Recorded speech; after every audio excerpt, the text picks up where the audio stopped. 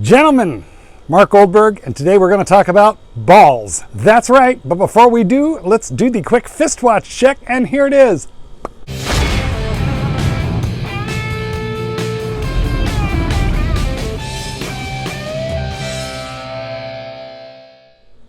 Today, guys, I am wearing a ball watch.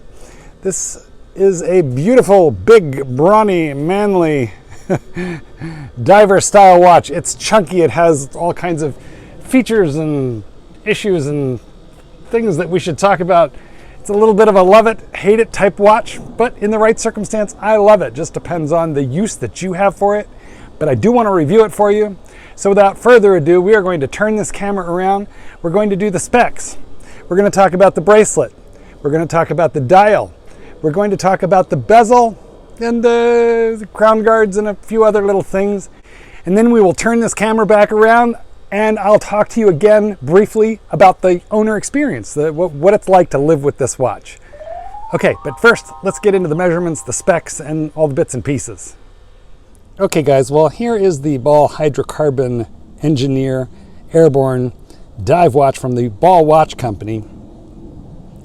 And I'm going to first deal with some specs. Now, my calipers has run out of battery, so I'll be using the old-fashioned scale here for you. And what I can tell you is that it is 42 millimeters across. Of course, we have to avoid these giant crown guards. The crown guards jut out quite a ways, but they don't actually dig into my wrists. Then again, I tend to wear it, fairly far back on the wrist at most times. And what this crown guard does is you press this little button and then it swings out of the way. It's very much like the Panerai kind of clamp down crown guard. What this does is you're definitely never going to jump in the water with this crown open because you would notice that massively open crown guard. So when the crown is out, you can't close that. But obviously the rest of the time you would leave it closed. Now, let's quick talk about the thickness of this bad boy. And it is coming in at 14. So we got 14 inches of thickness. And I want to quickly go ahead and do the weight for you because it's kind of it's a fairly prodigious, it is not an inconsiderable amount of weight here. So let's see what it is. We're going to zero that puppy out. And now let's layer down and see what we get.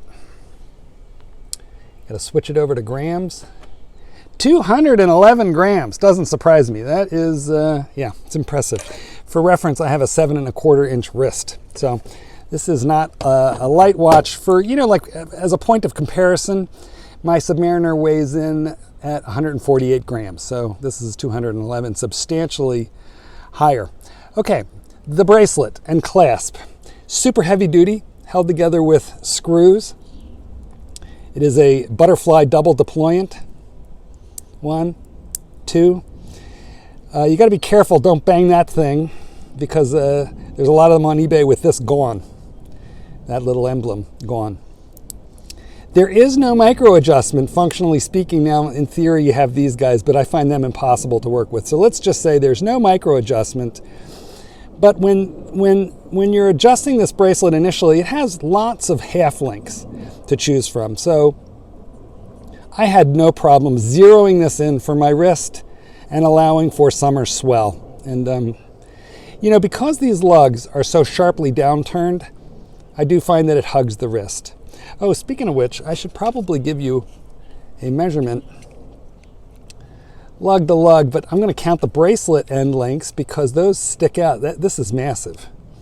This particular measurement, it is, holy cow, it's like 58, so it is a big, broad, giant puppy. I would say if your wrist is, I don't know, much less than 7, I don't know how well this is going to work for you. Okay, so the other notable feature that we have is this dial. Hopefully you can see it. There are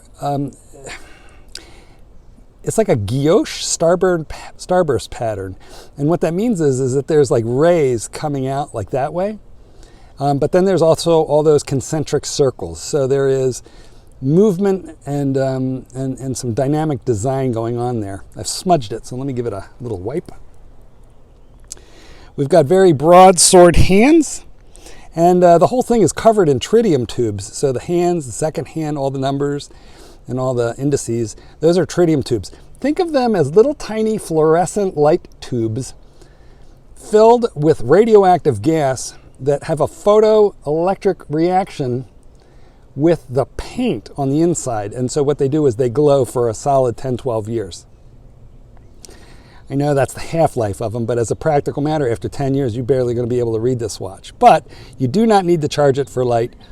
And as time goes on during the night and your eyes adjust, you can see this better and better. I'll show you a picture of what that looks like at night right at the end of this video. Stay tuned. You're going to want to see it. Now the bezel is like literally held on by screws, right? And it's got beautiful knurling and then these like rider tabs here. So I gotta say the bezel is not only massive, but it is extremely high quality. The whole watch feels just well built. I mean, it's not a Patek, guys, okay? I understand that. It's not even a Rolex, but there is a quality feel to this that exceeds many other watches in the micro brand category that I've felt. For example, the click is very definitive. It's 120 click, no play, ceramic bezel insert. I'll put this up by the mic. Honestly, I feel like it kind of exceeds the feel, and the sound is a little better even than what you would get off of Breitling, and Breitling pretty good. I've never found anything to come close to Rolex though, but this is pretty good, especially for the money. What did I pay? Oh, I'll tell you on the back end. Okay, so the only weird thing about the bezel is the way it's demarcated. You know, it's a little hard tracking time. What you do is you have a 60 right here. There's the 60, and so, you know, because there's a minute track all the way around, and because the little arrow under 60 isn't especially obvious, it makes it a little hard tracking time. Your eye is not just automatically drawn here. All the numbers look alike. So I would say it's a small disadvantage when you're trying to time something.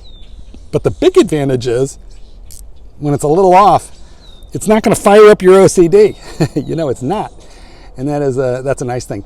I love the fact that it has the day and the date.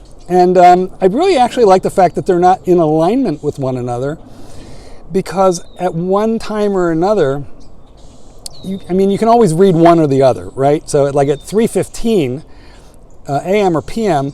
on a watch with the day and date lined up at 3, you don't know, you can't see either. But on this watch, you can always at least see either the day or the date, and naturally you can often see both of those at the same time. Now I want to go back to the bracelet and show you that there is a dive extension on each side.